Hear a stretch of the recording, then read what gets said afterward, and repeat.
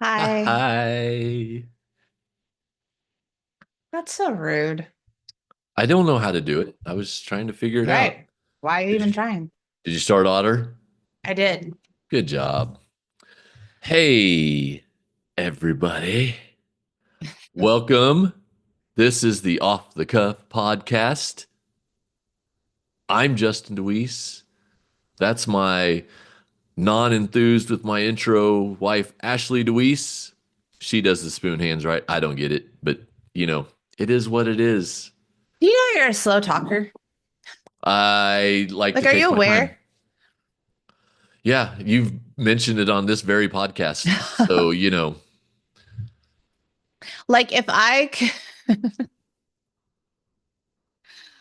setting myself up here, if if I could get a speed controller like I utilize for listening to my podcasts and YouTube videos, if I get a speed controller for you sometimes, it would be like amazing. sure, I get that. I get that. I like to take my time and get it there. That's the Southern gentleman in me coming out. Oh, is it because you lived in the South? Hey, listen, I had a girl tell me I had a great Southern accent once. Who? Real talk. I was in a Buffalo Wild Wings in Wausau, Wisconsin, Mm-hmm. and Mm-hmm. I was talking up some folks and I was like, you guys from around here, blah, blah, blah. And they're like, where are you from? And the girl goes, you've got a crazy Southern accent. I'm like, Well, I ma'am. mean, Kansas is south to Well, Pennsylvanians yeah, or no, I mean, that's the thing, right? Wisconsinonians. They're basically Canadians What in are that people neck of the from woods. Wisconsin called? Wisconsinonians? That's what I would call Cheeseheads. them. Wisconsinites. That's probably accurate. But yeah, so Oh, huh. Okay. Southern accent. I was like, and I probably slipped up and said y'all at one point. Probably. And so then they were all like, oh, a real live Southern cowboy. Interesting. And that, kids, I need a little bit further south for the right. accent to like, But that, kids, is why you should talk to people because you never know what's going to happen. now I can't. Now, you know how like you point out the thing and then you focus on the thing and you can't like, Right. yeah, that's all. And now, I mean, I'll probably make it a little Don't do it worse. on. No, please don't. It's gonna drive me crazy. And Vibe attracts tribe, so guaranteed there are people listening to this that are like, would he flip and stop? You know damn well there are people that listen to this go, keep on keeping on, brother Beard. Oh, Hey, funny story while she composes herself. I This just is the don't think shirt. I've ever met anyone who toots their own horn as much as you toot your own horn. Hey, listen, somebody's got to be tooting the dang thing. You know what I mean? And to offset the whole tooting the horn thing, this is the shirt that I was wearing today. We went had a dance competition for Ayla, and And you I drooled all fell over yourself. hard asleep in between her numbers, and yeah, drooled all down my shirt right there in the audience. Yeah. Listen, it's not my fault. Dance competitions are boring when your kid's not on stage, Hey, it was one of the many days I was like, and that is my and it takes man. forever. I mean, listen, it's not all rainbows and unicorns over here. We keep it real. We do. We do. So Justin and I, we spend the lunch hour together most days. We work from home. I tend to work upstairs. He tends to work downstairs. Um, but we come together for lunch usually We e- gather. every weekday. Um, and sometimes, as we've probably mentioned before, we have short little meetings, check-ins, life, finances, business, like whatever needs to be talked about. But other times it's just a chance to give ourselves a flip and break from thinking. So we put on a little show or something. Right. And call it a mini date, if you will. And so recently we watched Netflix's mini series, Adolescence. First thing I want to say is if you have not watched Adolescence and you intend to, you should turn this podcast off right now and come back to it Right. after Go you've watch it and watched come it. back. Because Because odds I'm are we're not going to doing, slip. yeah, I'm not doing the whole let me filter myself in this conversation so that if someone hasn't watched it, we don't give anything away. Like, nope, not going to do it. So if you haven't watched it and you plan to watch it, come back to the podcast because I believe it will bring you some value. But just turn it off right now because we'll spoil it for you. Or we Because we won't, and spoilers. you can watch it from our perspective and see how you feel. Right. So, anyways, we weren't going to watch it. I'd seen it popping up. I Well, had never heard of it before. She's like, hey, do you want to watch this? right. And I knew enough about it. I didn't ever really go down a rabbit hole before we watched it, but I knew enough about it to know that it was going to challenge my emotions. And so sometimes the beard's like, should we really watch this movie? Should we really watch this series? Do you think it's a good Well, idea? and there are other times I'm like, hey, if we're going to watch this one, we need to do it in the middle of the day. So Right. that way you've got a couple hours to unpack it and process it so we can actually go to sleep at night and not be like, hey, now we need to talk about this. Right. Or I'm just like riled up in some kind of way that I Right, can't right. sleep and then you can't sleep. And yeah, so we definitely did watch this during the daytime. I am thankful we watched it during the daytime because it definitely would have uh wrecked me. But here's how this is gonna go down. Like we're gonna talk about the podcast. I mean, we're gonna talk about the show a little bit, just a little summation and that sort of thing. But then we're gonna give like our spin, not on like the show. We're not here to like critique the show, but Right. we're here to pull out a topic that's important to our hearts that we want to talk about. And like I said, the goal here is always just to maybe like give you a different perspective, give you something to think about, and be applicable Some to your own life in some way, shape, or form. fat to chew on. So we watched this, and kid you not, like what? I bawled for the first, not the first, like you get through like the first 5 minutes, and then after the first 5 minutes, I bawled for like the next 10 minutes straight. Yeah. To the point he looked over and goes, "Are you sure we should Right. watch this?" And then after that, it was just a reminder, you chose this. You Yeah. chose this. Um, But it's one of those, it's very realistic. And so it's easy to see yourself in that situation or relate to the situation, right? And so yeah, I mean it's very emotional.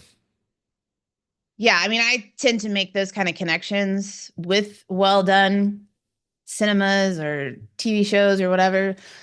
This is probably the only one that's ever gotten me there that fast. Well, I um, mean, it starts out pretty, I mean, it throws you right into it. So, right. there's no And build up.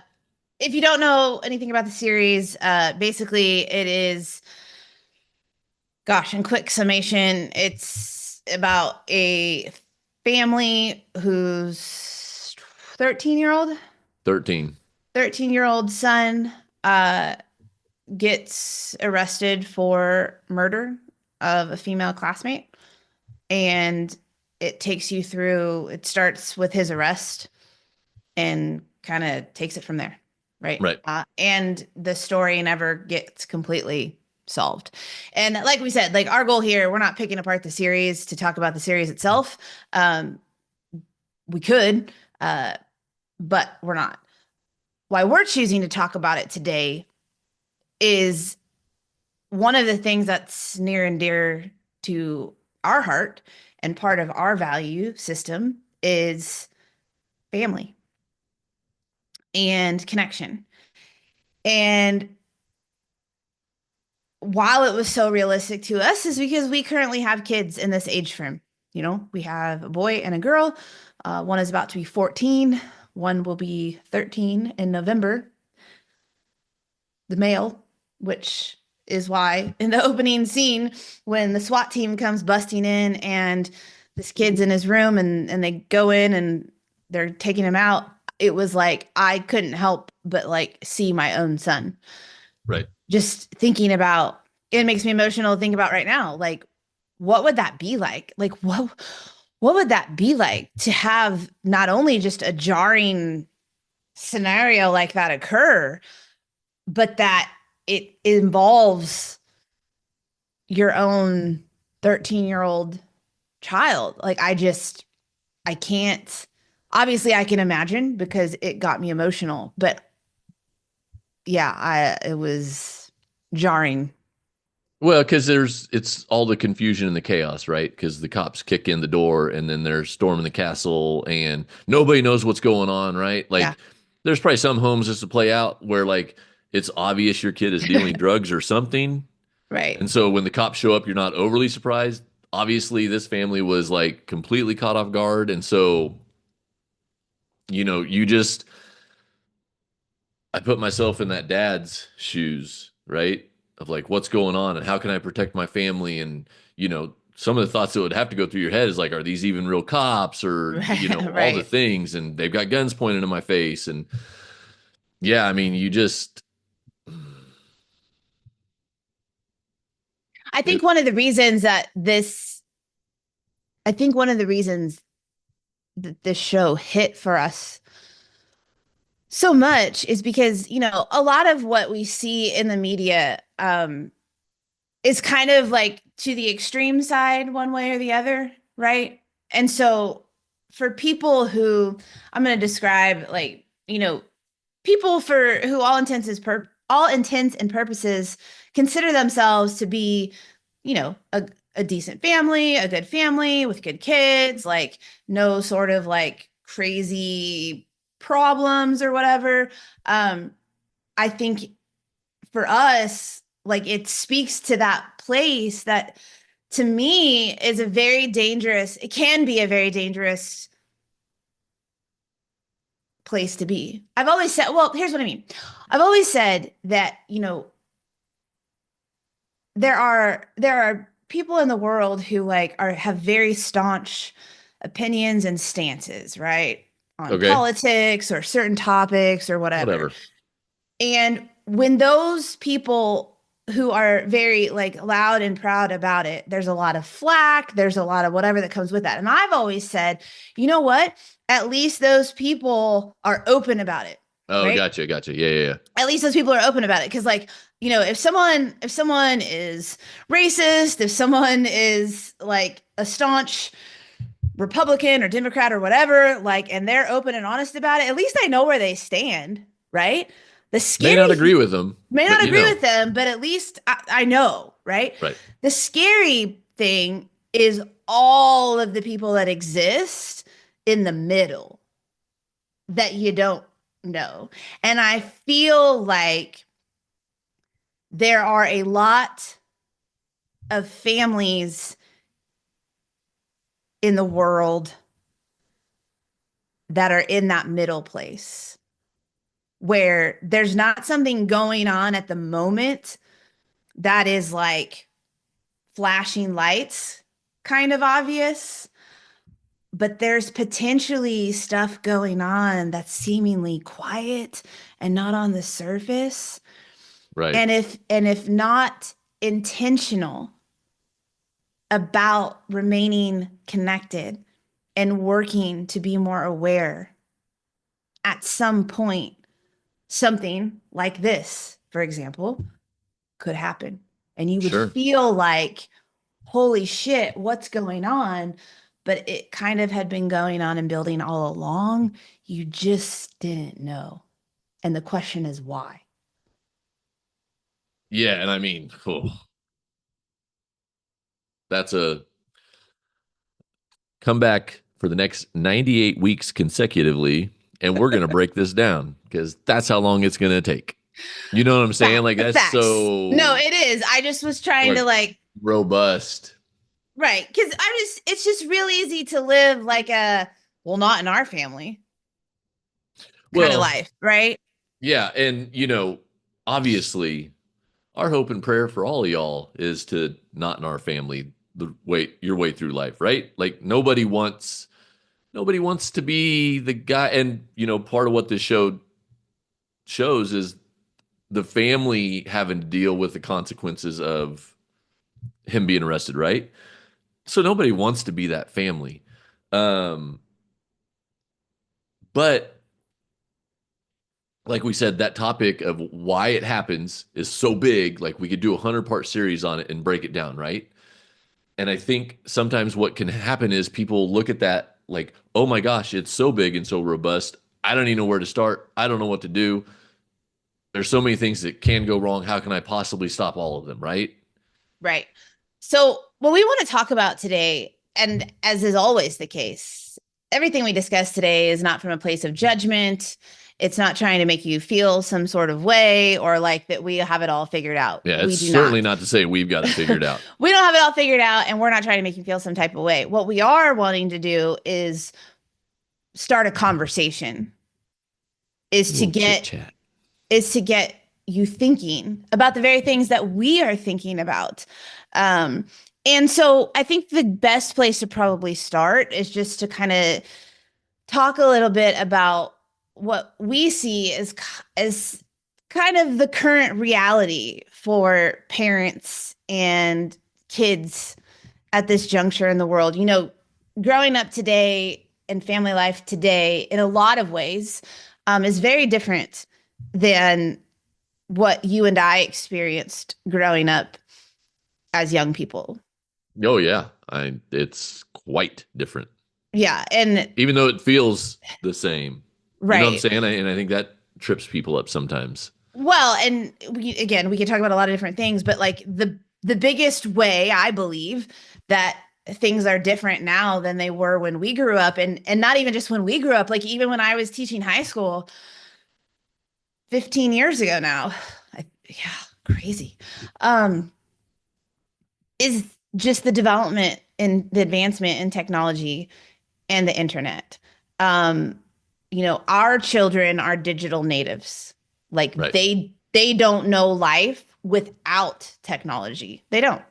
Yeah, Like, I they're think flabbergasted when we bring something up that like, well, we didn't always have an app that could just make this show up magically. You right. And what? when they were little, whenever we would be in a hotel, they would be like, let's watch such and can we watch da da da? And we're like, well, that's not on right now. And they would be like, what do you mean it's not Yeah, on right now? what? I have to wait? I have to wait. Because this was before hotels were putting Netflix, in every hotel and whatnot. It was before that. So literally it was just still, Turn on the TV. TV and see what's on.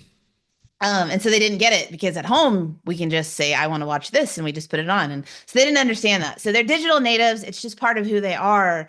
Um, and then as you kind of look into the impact of access to social media and on children as they continue to grow and in school. When I was teaching high school 15 years ago, obviously we had technology, we were utilizing it.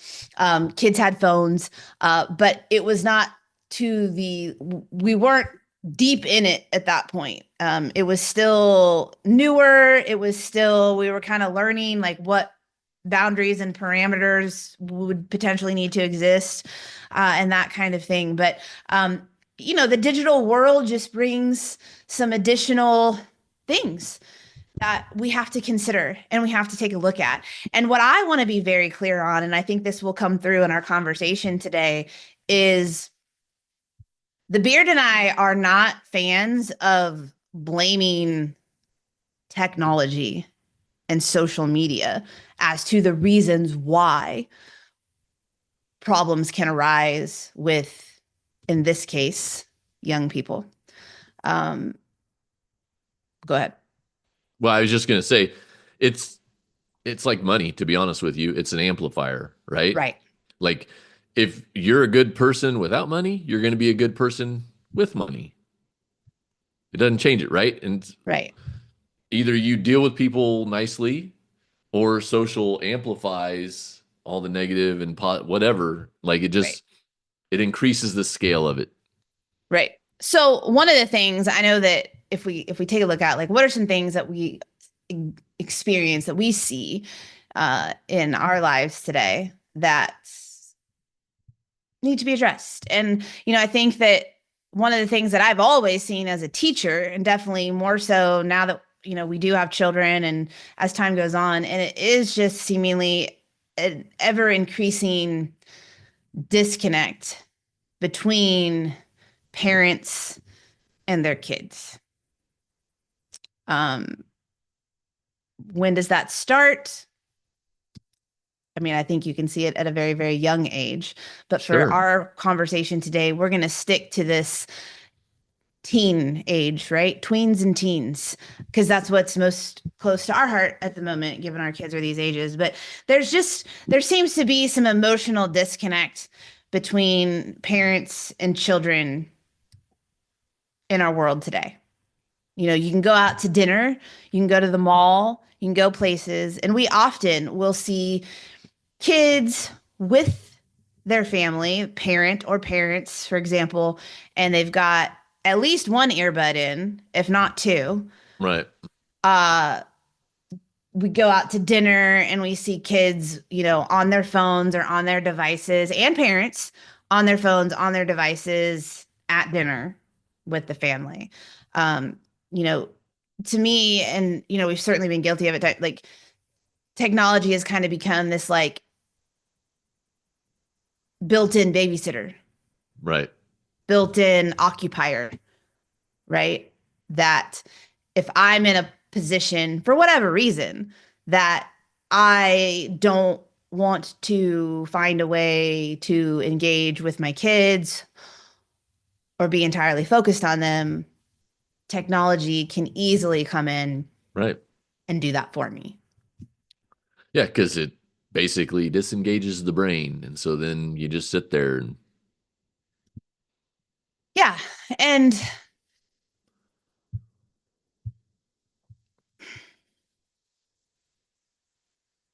why aren't parents noticing disconnect with their kids?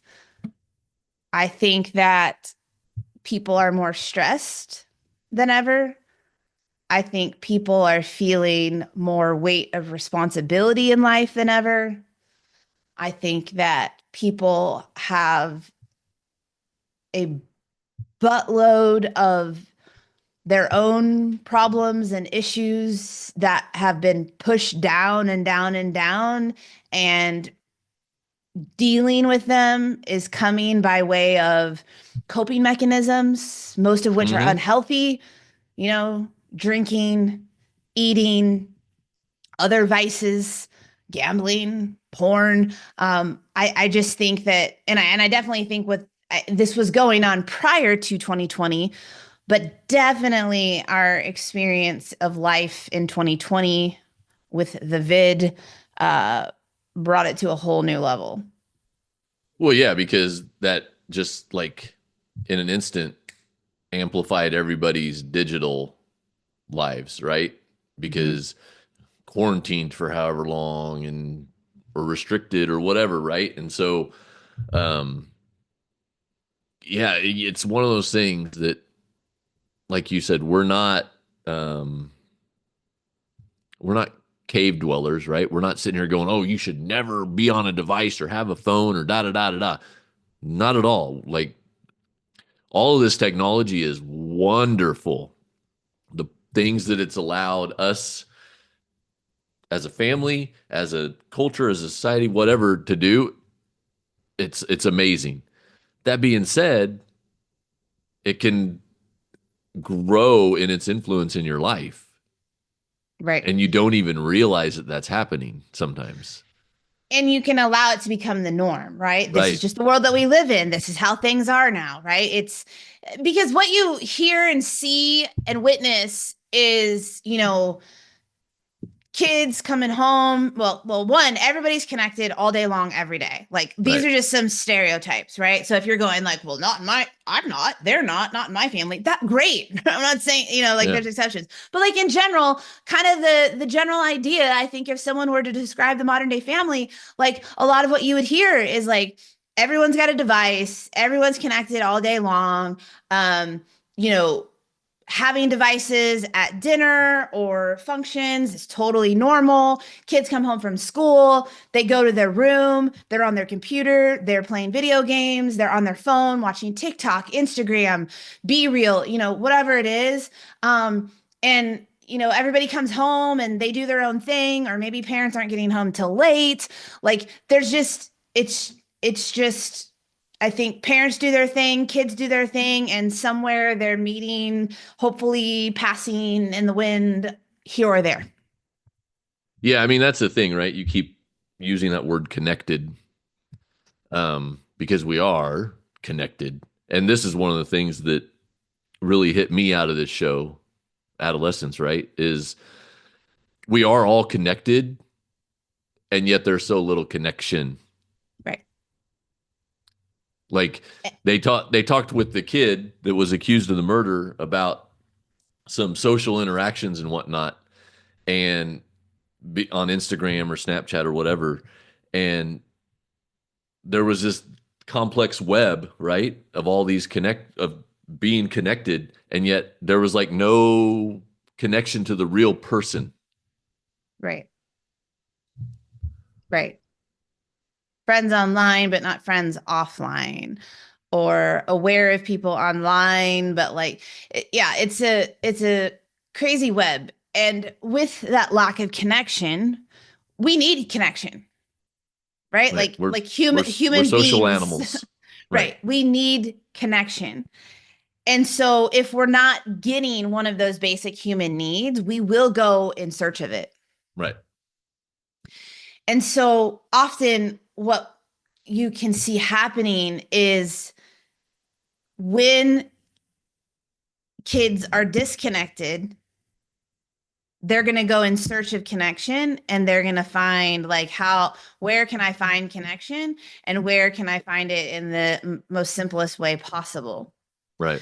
And I think that's, the ease to which we can access things we're lacking in our life with the digital world is crazy. Because I would say that as we were growing up, and of course neither one of us grew up in any sort of inner city location.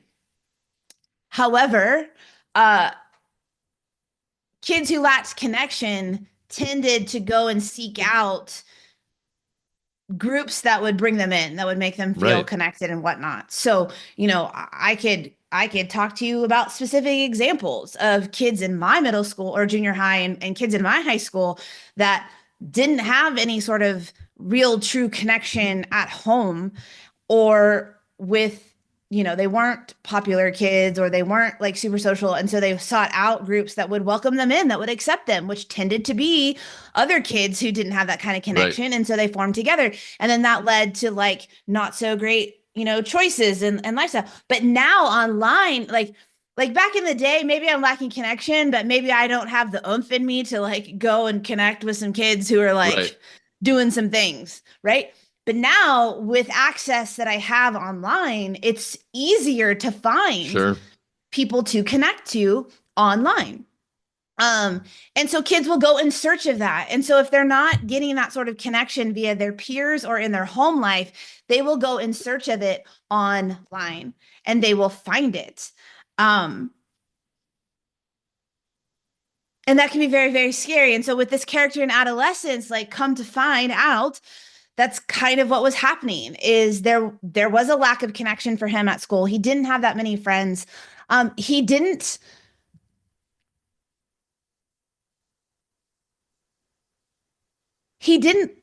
love himself. And what was being reflected back to him was not something that was of love by his peers. And while it seemed as though maybe the family, again, was just kind of like an average family, it was a typical thing where the kids came home. I mean, they talked about he would come home and just be in his room and playing video games and doing the things, and they just let that happen. And so if some of these things are ringing true, one of the things I think the dad said at some point, this is just what kids do. Right. That's just what kids do. Kids don't want to hang out with their parents. kids don't want to watch a movie together as a family. Like kids want to be on their phone and they want to be talking to their friends all the time on their phone and they want to this and they want to that. I think it's so easy that we make these stories and justifications for why people are the way they are Right. instead of really trying to take a look at why are they the way that they are? Right. Does it Or just happen that way? right. Or having a conversation with Right. them, right? Because I can sit here and look at you and all your glorious beauty and think, oh, this is why she is the way that she is, and this is what she thinks, and da da da da, right? Or I can sit down with you and actually have some conversations. And guess what? I talk slow, so it's probably going to take a long time. But that's what it's going to take, right? Like Yeah. it takes what it takes. And it's But people uncomfortable are and but people are too busy these days for that, right? right. People are too busy for the what does it take and am I willing to do what it takes, right? We're too busy for it. We're also too fearful of it. We also have some of our own hurts, habits, and hangups, right? That can impact how we show up for our kids. Or we can fall into the trap of, well, this is what it was like for me growing up. So Right. That's yeah, that one's my favorite. I didn't have conversations with my parents around the dinner table. So True, but you didn't have 4,000 channels of noise coming in either, right? Like right. that's the big difference. Like, yeah, me and Terry DeWeese didn't have a lot of heart-to-heart conversations growing up, but I also didn't have all of this external output. So he didn't have to have that high level investment to overcome that level of output, right? Now, Mhm. if you think about it, if you think of all the output that is there for your children, you have to be more than that. Right. And so, Because they're being guided. right. And The given the question fact is how who? broad these outputs are, like you're going to have to be that much more intentional about being connected. Right. So again, like we could just sit here and shoot the shit all day about this show and the different things in it. But what's more important to us is we just want to talk about like what our family dynamic is like and what we've worked on. I won't say since the beginning, but pretty early on. Um, and and originally I don't even think it was like a conscious thing. Now it's definitely a conscious thing.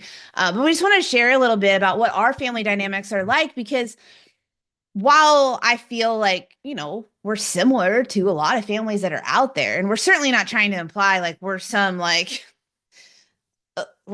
perfect or elitist family, like we're not, but at the same time, I do think there's some things that go on in our family that if you were to interview 100 families, like I don't think that like perhaps the majority of them you would see some of these things.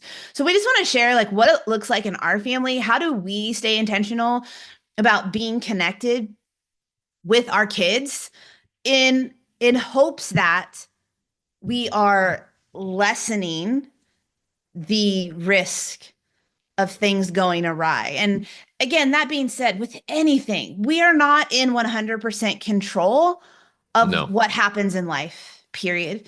And we could have a blueprint. Like there could be a blueprint that existed that was like, hey, here's the blueprint. If you follow this blueprint to a T in your parenting, your kids will They're going never. to turn out like this. Nothing like that exists. All No. we can do, all we can do is the best that we can always be seeking to learn and grow and Right. implement and hope to lessen the risk and help to, give them tools that will Right. keep them more on the path than off. And that's all that we're saying here.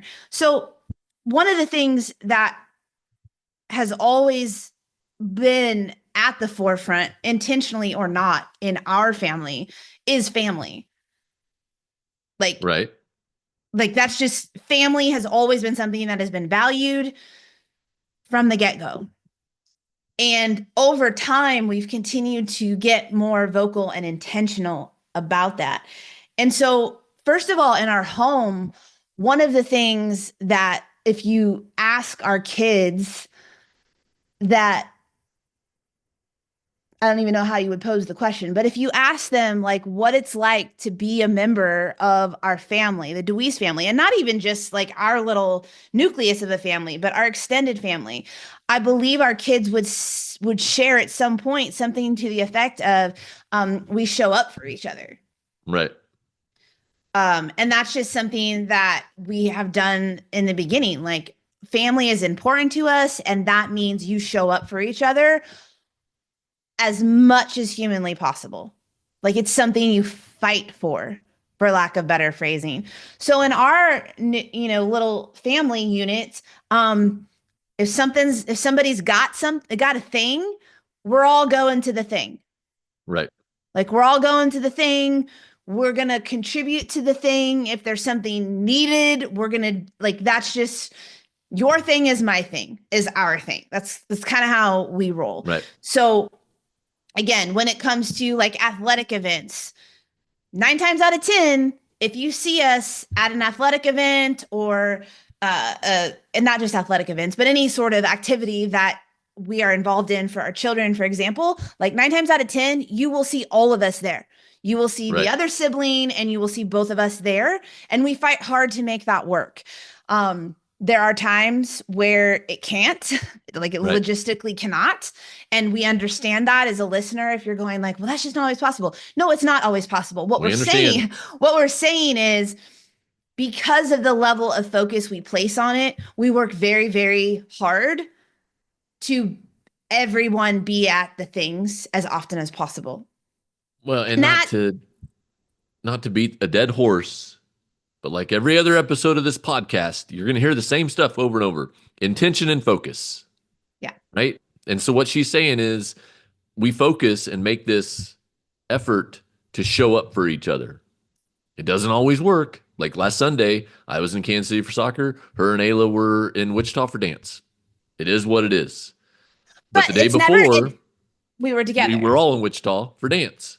Well, it's never a default. Like when a conflict happens like that, it's never the default is never, well, you're gonna have to go this way, and y'all are having Right. to go this way. Like the default for us, because of that value Can we and do both? standard, okay, how do we Right. make this work?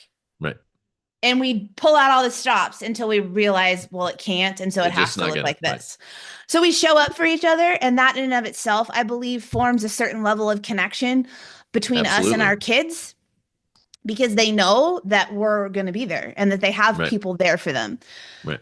Something else that is normal for our family is conversation.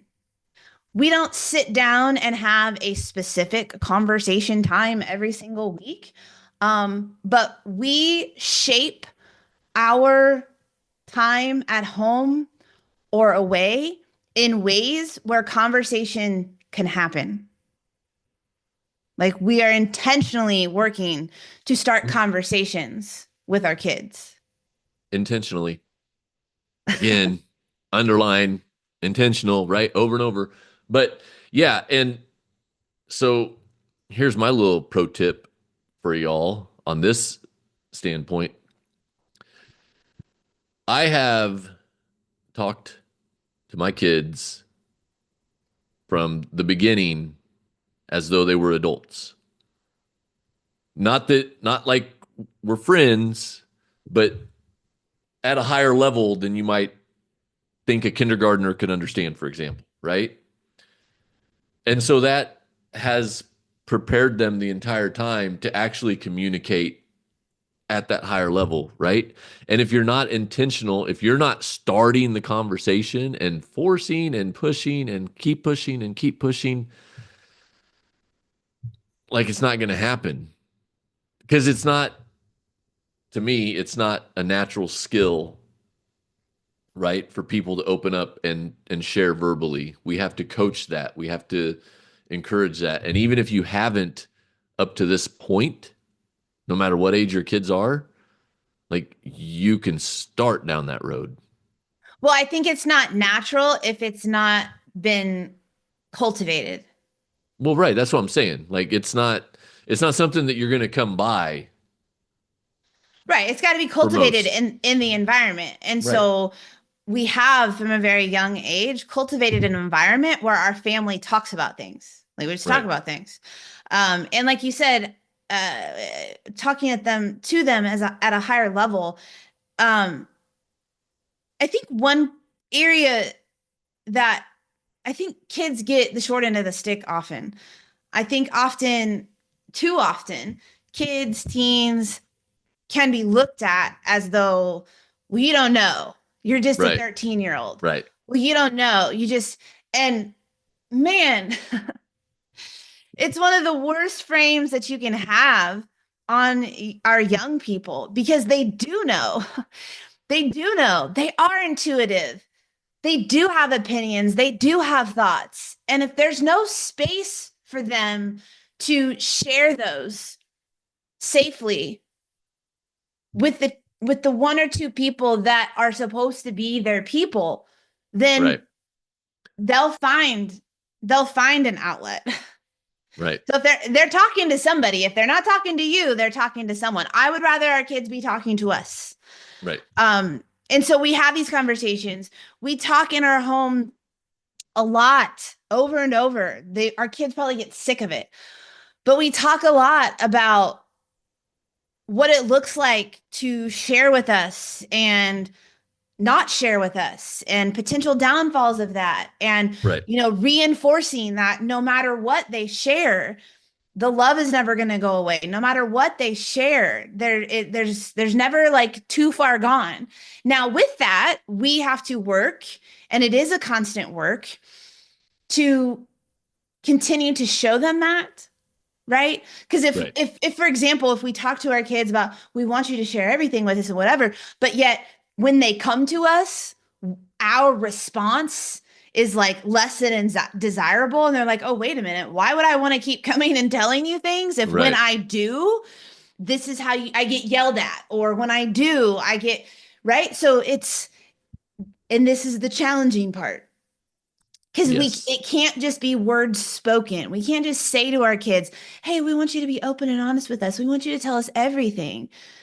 But then when they do, we don't listen, we Right. put them off, we react poorly to them. And that's a constant work on self to be able to do that. But again, having that awareness of yourself and the impact that that has is important. But we foster these conversations. We force time together. We're not here to be like, oh man, like our kids know family first, and man, they're just always jumping at the opportunity to hang They out are as not. a fit. They're not always doing that. Because again, that is part of this era time of life, right? Because they are in this area where they have to be growing some independence. Right. They have to be away a little bit from us. They're learning, they're figuring out who they are. And so they can't, and they're not going to, nor should not.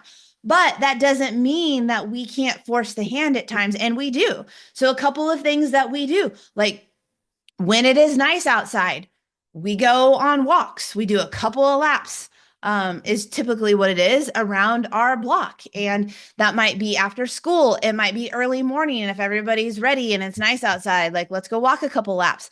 And sometimes they're cool with it. Sometimes one is, one isn't. Sometimes they're like, oh, do we have to? Yep. And too often, and we've been guilty of it in the past, when kids pose resistance to doing something together, too often parents will let them off the hook, Right. right? Oh, well, fine, stay home.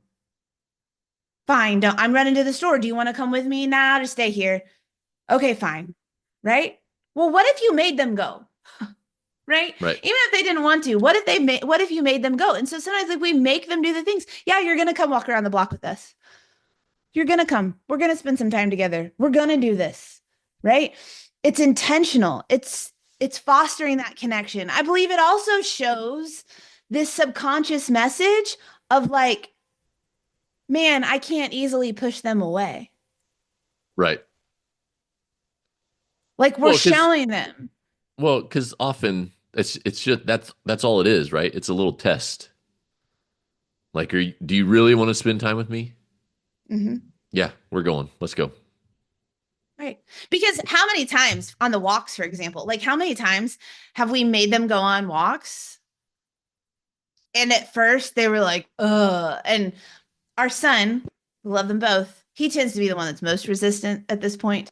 Um, but how many times have we made them go on a walk with us that they've been less than stoked about? But then, like, not very far along into the walk, we end up having like the best conversations, the best laughs. I'll take 100% of the time. Right, right. But it takes a willingness to push past the discomfort of making your kid do something that they outwardly act like they don't want to do. Like that's uncomfortable, Right. right? But you have to be unwilling to go through that discomfort to get to the other side of it. And I think there's benefits on the other side of it. Also, Of there's course. times where we pick them up from school and you ask them about their day and they give you some bullshit, like most days. Fine, it was good. I try not to probe a ton because at one point I read something years ago about how like, kids have been using they're at school, they're taxed all day, and then Well, they immediately just don't want to be interrogated. well, and they've already been doing that all day. And so they don't Right. want to come home and now go back through all of it again. So I try to be aware of that and ask questions in different ways. But we can get that response there, but you give it a little bit of time. You give Right. them an environment where they feel that they can just share and they'll just up and on their own. Right. You get the journal the Diarrhea of the entire mouth. day, minute by minute. Right. Right. So we have that, when we're traveling, do we allow our kids to be on their devices when we travel? Yes, We but do, we of also course. limit that time. Right. More often than not, we limit that time. So there is time for conversation, Or just sitting in the damn car being bored. right? There's some value to that. There's a lot of value in that. Something else at home, our kids don't go to their rooms and shut their doors. Like there's spaces in our house where our kids have their space. They can have, a certain level of like privacy and, having, because you need that, right? But like our kids don't go hole up in their room. Like we don't allow it. Right. Um, we don't allow them just to go like I don't even know how to explain it. Like we just have certain expectations. Like we don't cultivate an environment at home where it's easy to shut yourself off from everyone else. It's just not. Right. We watch movies together. Like we're gonna watch a movie. Oh, I don't want to watch that movie. Don't care. This is the one we're watching together tonight, and we're all gonna sit out here on the couch and do it. Sometimes it's like device time, and I'll be like, "Cool, but I want you to come out here, and you're gonna be on the couch while you're doing it." Right. And that's not all the time, but we just find different ways like that where Right. it's not like everybody's living their own life within the same home and we come together like here or there. We have dinner around the table. That's another thing that we fight for. Not always possible, but you'd be amazed at how often it is possible.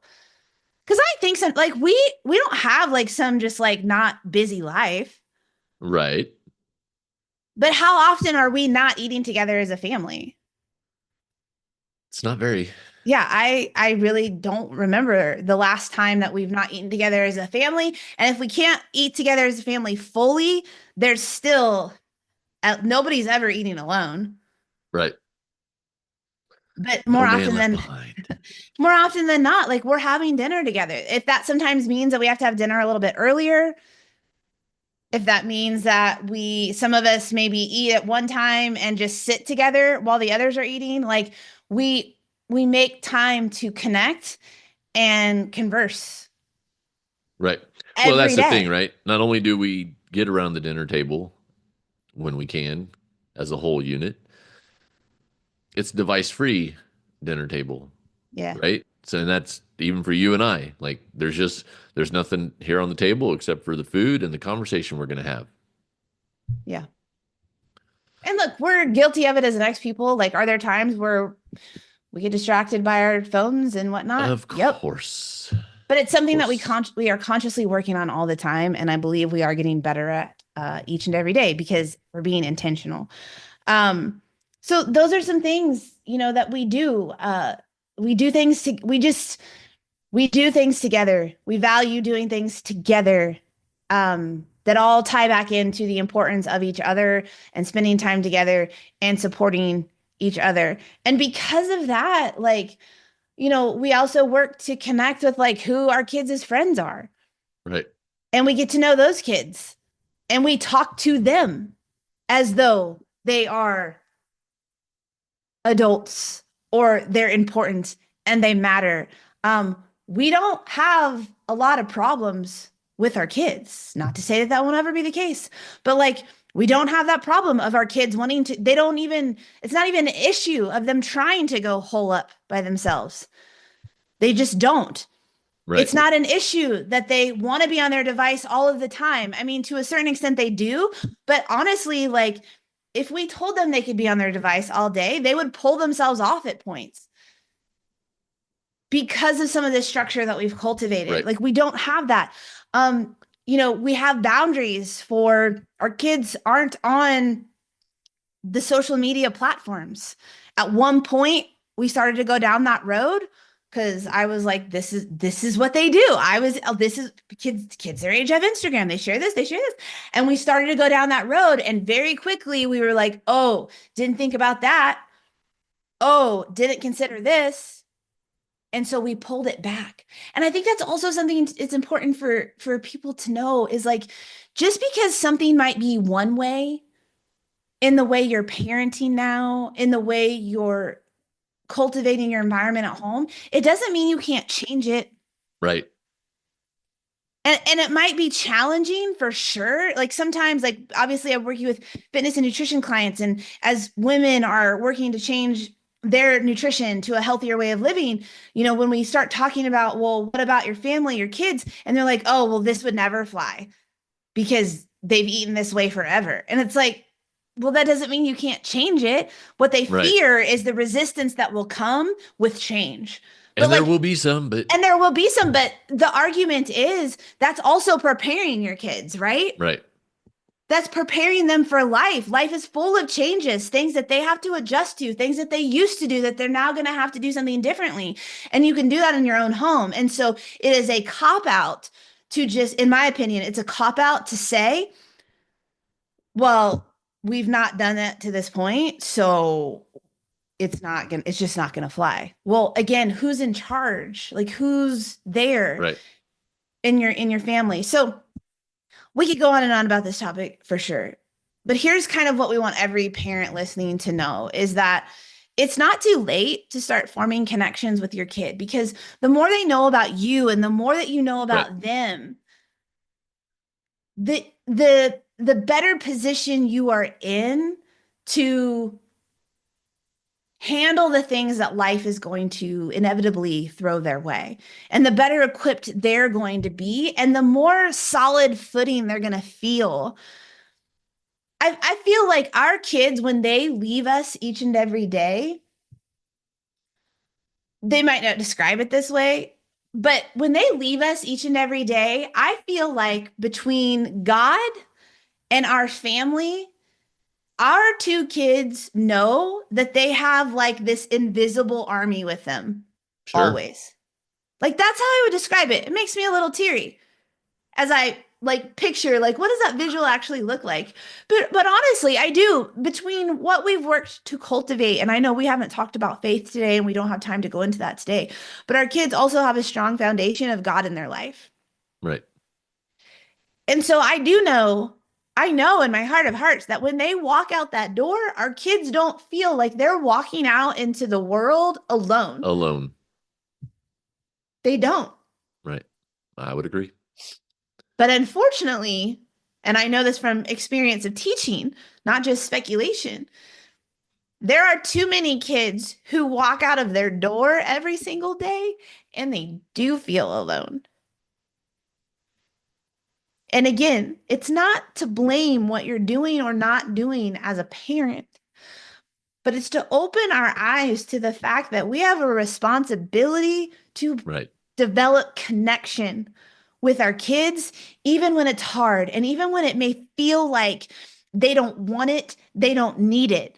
Connection is necessary, and we must find ways to develop that connection with our kids as a family each and every day. And I believe it's one of the number one causes of problems in our world today is the lack of a deeper level connection, strong bonds at home Right. that is allowing us to see some of the external situations that are going on with our young people and beyond.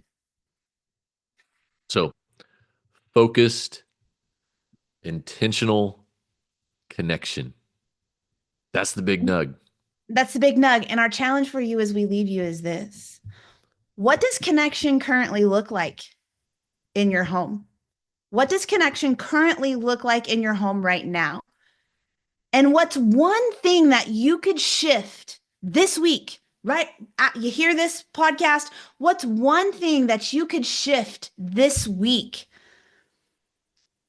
to begin to develop more connection in your home? What's one thing you can shift this week to begin developing more connection in your home? It's not going to be a light switch. You can't just flip it and now everything's going to be like hunky dory. But you can decide, you know what? Like, we could do better here. We could do better here, and we're going to do better. And here's one thing that we're going to start as a step in that direction. Because once you take that first step, you can take another and you can take another Right. and you can take another. Because whether you truly know it or not, you are one of the most powerful influence over your kids, Yep. period. And you get to decide what kind of influence you are. You get to decide that. And if right now it's not the kind of influence that you would like, you can change that right At now. any moment. And it Right may this be second. uncomfortable. In fact, it will be It's going to be uncomfortable, uncomfortable.